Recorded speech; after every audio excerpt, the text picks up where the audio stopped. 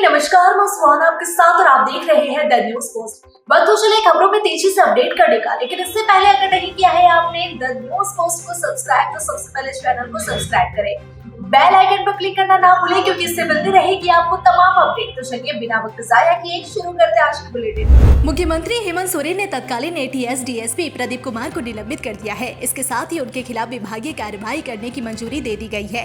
बताया गया है कि प्रदीप कुमार के आचरण से पुलिस की गरिमा और छवि पर विपरीत प्रभाव पड़ा है, इसलिए उनके खिलाफ कार्यवाही करने का आदेश मुख्यमंत्री ने दिया है। मुख्यमंत्री हेमंत सोरेन भ्रष्टाचार के खिलाफ जीरो टॉलरेंस की बात करते हैं, लेकिन उनके अधिकारी खुलेआम रिश्वत ले रहे हैं। ऐसे में एसीबी ने बड़ी कार्रवाई की है। तमाड़ प्रखंड आपूर्ति पदाधिकारी को एंटी करप्शन ब्यूरो ने 10,000 घूस लेते रंगे हाथों गिरफ्तार कर लिया। मिली जानकारी के अनुसार BSOPDS दुकानदारों से कमीशन मांग रहा था, जिसकी शिकायत एसीबी से की गई थी। शिकायत मिलने के बाद एसीबी की टीम ने जाल बिछाया और रिश्वत लेते हुए रंगे हाथों गिरफ्तार कर लिया। गिरफ्तार होने से हड़कंप मच गया है। फिलहाल एसीबी पूछताछ कर रही है। बड़ी खबर चाईबासा से सामने आ रही है, जहां सबसे घने जंगल सारंडा में एक बार फिर IED विस्फोट हुआ है। इस IED ब्लास्ट में सुरक्षा बल का एक जवान घायल हो गया। घायल जवान को एयरलिफ्ट कर रांची भेजा जा रहा है। बताया जा रहा है कि यह विस्फोट उस समय हुआ जब सुरक्षा बल नक्सलियों की तलाश में सर्च ऑपरेशन चला रहे थे, जिसमें एक जवान गंभीर रूप से घायल हो गया। फरियादो थाना क्षेत्र में कोयला कारोबारी विपिन मिश्रा पर फायरिंग मामले में पुलिस ने 6 आरोपियों को गिरफ्तार कर लिया है। वहीं उनके पास से फायरिंग में इस्तेमाल किए गए हथियार को भी बरामद कर लिया गया।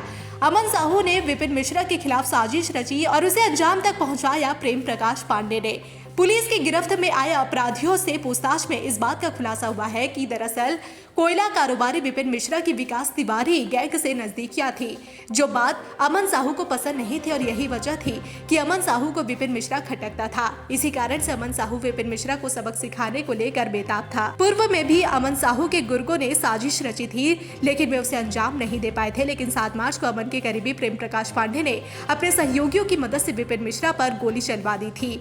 लेकिन इस गोलीबारी में विपिन मिश्रा घायल तो हुए, लेकिन उनकी जान बच गई। घटना के बाद से पुलिस अमन साहू के गुर्गों की तलाश में जुटी थी और उसमें पुलिस को अब सफलता मिली है। मामले में शामिल सभी 6 आरोपियों को गिरफ्तार कर लिया गया है।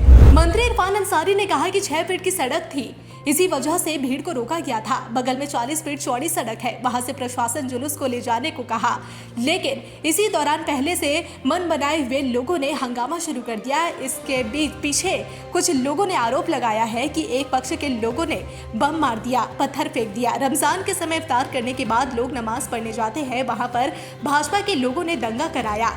मंत्री ने भाजपा प्रदेश अध्यक्ष बाबूलाल मरांडी को भी नसीहत दी कि आपका क्षेत्र है, अपने क्षेत्र को संभालिए। हिंदू मुसलमान को लड़ाकर सत्ता के लिए रोटी सीखने का काम कर रहे हैं।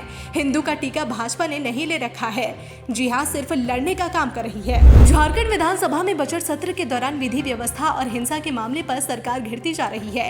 होली के दौरान हुई हिंसा पर विपक्ष हमलावर है। वहीं मंत्री ने पूर्व मुख्यमंत्री रघुवर दास के गिरिडीह दौरे पर सवाल पूछा और कहा कि छत्तीसगढ़ का बाहरी झारखंड में फिर वापस लौट रहा है। जनता ने ऐसे लोगों को सबक पहले भी सिखाया है। छत्तीसगढ़िया कहां पर रघुवर दास की बहू जमशेदपुर पूर्वी से विधायक पूर्णिमा दास ने हमला बोला और जवाब दिया कि मंत्री होकर ऐसे बयान देना शोभा नहीं देता। मुख्यमंत्री मैया सम्मान योजना को लेकर झारखंड में सियासत तेज है। मैया सम्मान योजना की 6ठी, 7वीं और 8वीं किश्त सभी के खाते में भेज दिए गए, लेकिन 57 लाख की जगह इस बार 38 लाख लोगों को ही पैसा भेजा गया। इस मामले को अब मुद्दा बनाकर भाजपा सरकार को घेर रही है। झारखंड में मैया सम्मान योजना को लेकर बवाल मचा हुआ है। आखिर 18 लाख महिलाओं को क्यों होल्ड पर रखा गया? इस पर भाजपा विधायक पूर्णिमा दास ने सदन में सरकार से सवाल पूछा कि चुनाव के समय 57 लाख महिलाओं को योजना का लाभ दिया गया, लेकिन सत्ता में आने के बाद आखिर कैसे महिलाओं का नाम गायब होने लगा? पूर्णिमा दास ने सरकार से पूछा कि 18 साल से लेकर 50 साल तक की महिलाओं को 2500 रुपए देने के वादा सरकार ने किया। जनता ने उनके बातों को सच्चाई समझकर सत्ता में वापसी कर दे। इसके बाद 1 माह इन्हें पैसा मिला और फिर आखिर नाम गायब कर दिया। 38 लाख लोगों को ही योजना का लाभ मिल रहा है। ऐसे में आखिर सरकार क्या जवाब देगी कि उन महिलाओं की गलती क्या थी? उनका नाम क्यों काटा गया? आखिर क्या वजह थी कि इतनी बड़ी संख्या में महिलाओं को योजना से दूर कर दिया गया? पलामू जिले के हुसैनाबाद थाना अंतर्गत शिक्षा विभाग के BRC कार्यालय की छत से कार्यालय के 50 वर्षीय रात्रि प्रहरी रामदेव ठाकुर उर्फ सीताराम ठाकुर का शव बरामद किया गया है। उसके सिर पर किसी तेज धारदार हथियार से वार किया गया है, जिसकी मौत हो गई है। रात्रि प्रहरी ने कुछ दिन पहले कर्मचारियों की फर्जी उपस्थिति का खुलासा किया था। मंगलवार की सुबह जब रात्रि प्रहरी रामदेव ठाकुर उर्फ सीताराम ठाकुर ने घर पर फोन नहीं किया तो वह ढूंढते हुए कार्यालय आकर देखे तो दरवाजा अंदर से बंद था।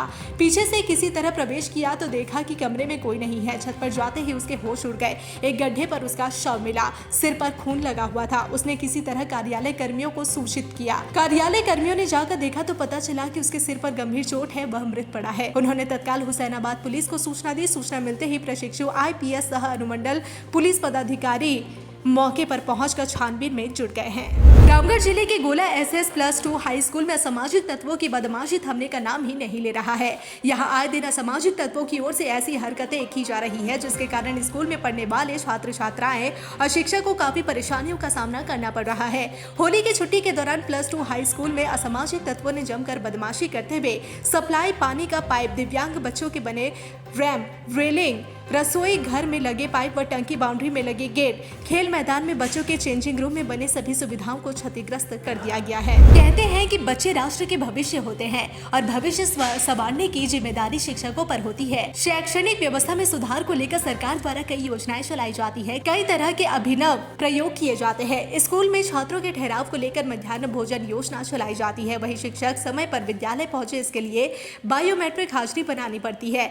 इसके बावजूद शिक्षक अपनी जिम्मेदारी को लेकर कितना गंभीर है, इसकी एक बानगी देखने को मिली। जिले के सरैया हाट प्रखंड के उत्क्रमित मध्य विद्यालय पोखरिया में सोमवार को शिक्षक समय पर पहुंचे, बायोमेट्रिक हाजिरी बनाई। छात्र भी समय से विद्यालय पहुंचे, लेकिन गुरुजी बायोमेट्रिक हाजिरी बनाकर विद्यालय से चले गए।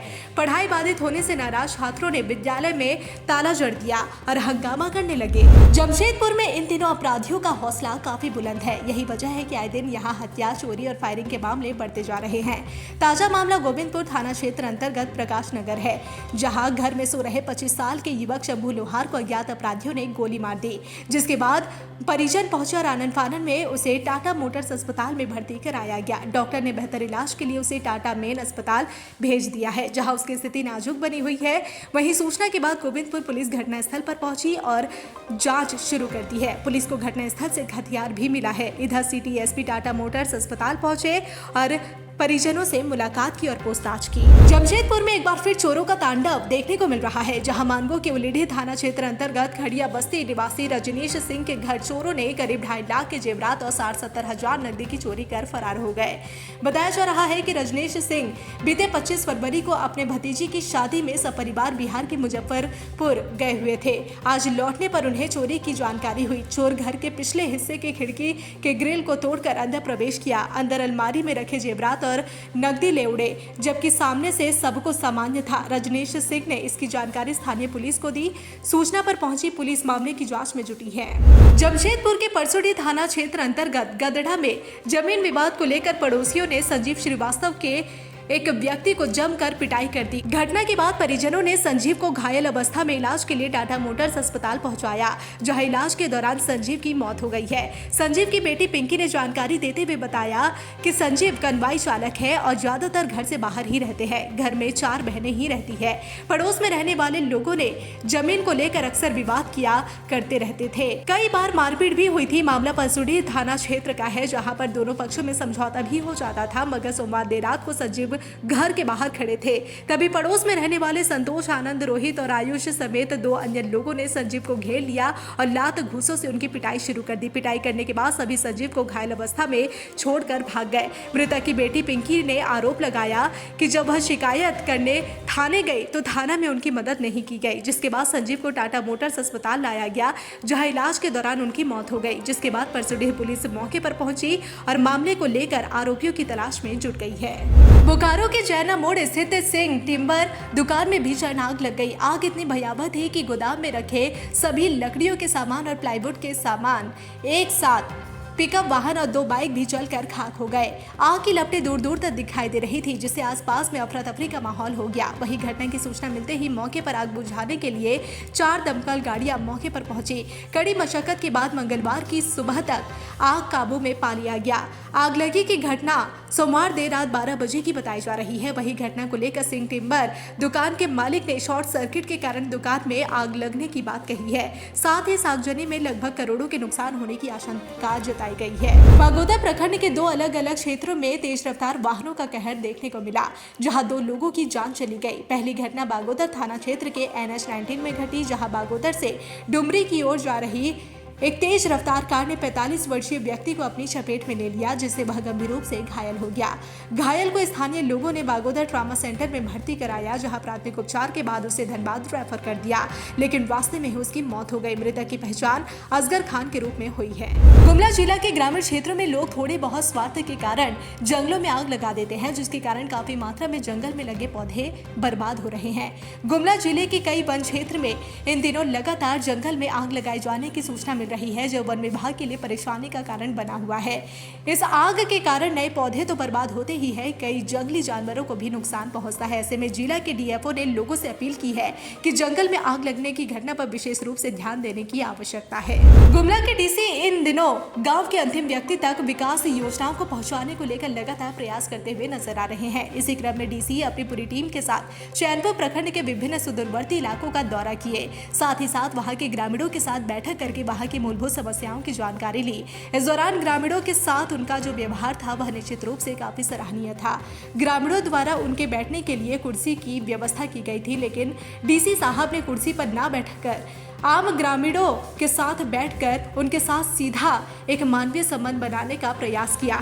DC के इस तरह के पल को लेकर लगातार लोग चर्चा कर रहे हैं। लोगों ने स्पष्ट कहा है कि DC साहब की पहल के बाद उन्हें अभी जगी है।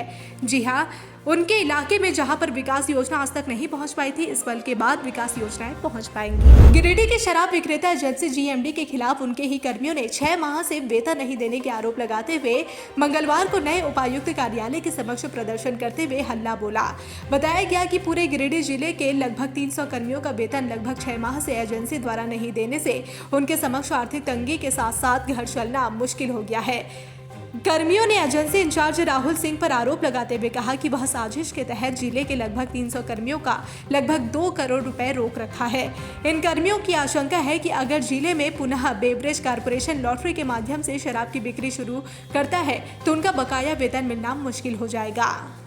बागोदर प्रखंड के 2 अलग अलग क्षेत्र में तेज रफ्तार वाहनों का कहर देखने को मिला, जहां 2 लोगों की जान चली गई। पहली घटना बागोदर थाना क्षेत्र के फैसला स्थित नंबर 19 में घटी, जहां बागोदर से डुमरी की ओर जा रहे तेज रफ्तार कार ने एक 45 वर्षीय व्यक्ति को अपनी आगोश में ले लिया, जिससे वह गंभीर रूप से घायल हो गया। स्थानीय लोगों द्वारा घायल को बागोदर ट्रॉमा सेंटर में भर्ती करवाया गया है, जहां प्राथमिक उपचार के बाद धनबाद रेफर कर दिया गया, लेकिन वह रास्ते में ही दम तोड़ दिया।